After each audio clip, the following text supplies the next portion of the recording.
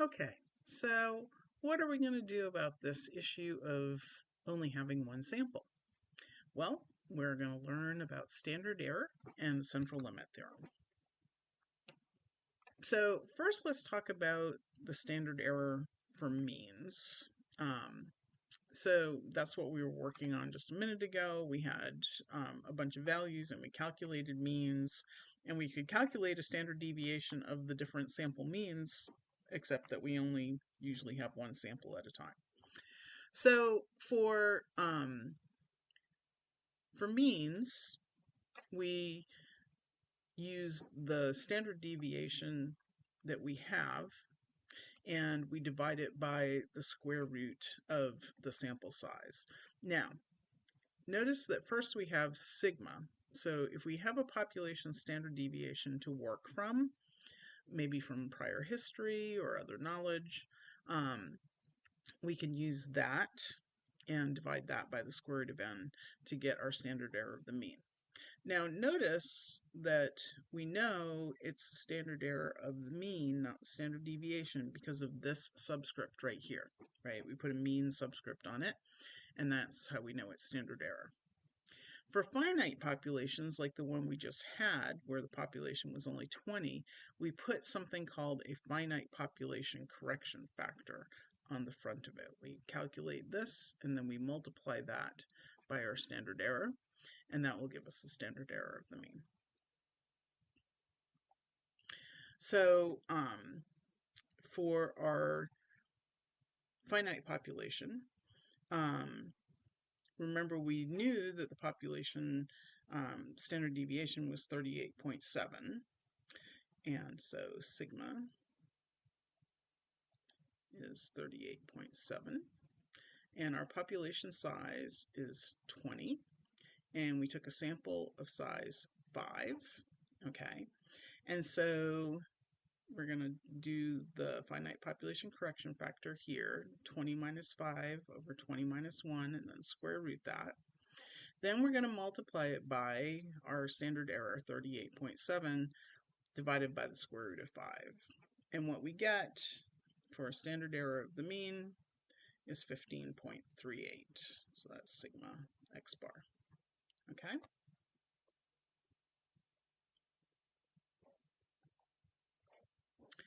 Remember that the standard error of the mean is about the sampling distribution of the means, not the original population and not the specific sample. This is to try to help us get from our sample to being able to talk about something in the original population under the uncertainty of not knowing the variability that might exist in all the different samples.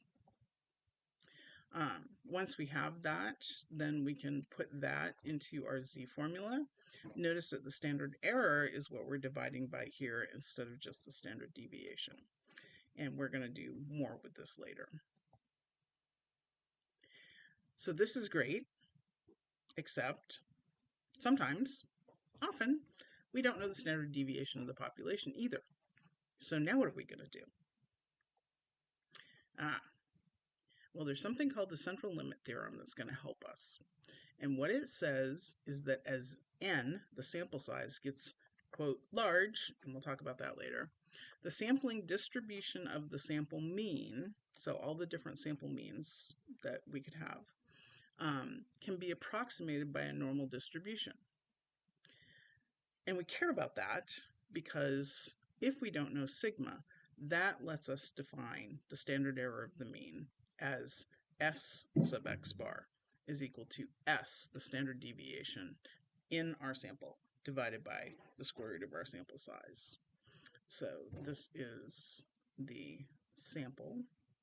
That's not a very good arrow, but this is the sample standard deviation. This is the sample size. And this is an alternative notation for the standard error of the mean when it is calculated from the sample standard deviation. And if you need to, you can also use the finite population correction factor here, so that if your population is finite, then you can put that on the front of this equation the same way. So for our sample observations, for example, 520, 550, 490, 530, 620, the sample mean is 542, and the sample standard deviation is 48.68. The standard error of the mean then would be the 48.68 divided by the square root of 5, but we would also put the finite population correction factor on it because the population is only 20. And so that gives us a standard error of the mean over here of 19.34. Notice this is larger than the standard error based on sigma. And just sort of remember that later when we talk about something called the t-distribution. So now we can use a normal curve to talk about the probability of a sample statistic falling within a certain range of the unknown population mean. And so next up, we're going to estimate confidence intervals for these point estimates because great, we've got a sample mean. We know that's probably not perfect in terms of estimating the population mean. And talk about the likelihood of getting a sample statistic of a certain range given a population parameter that we assume. So next up, we're going to start talking about inferences, and we're going to switch to proportions, and we're going to look at confidence intervals.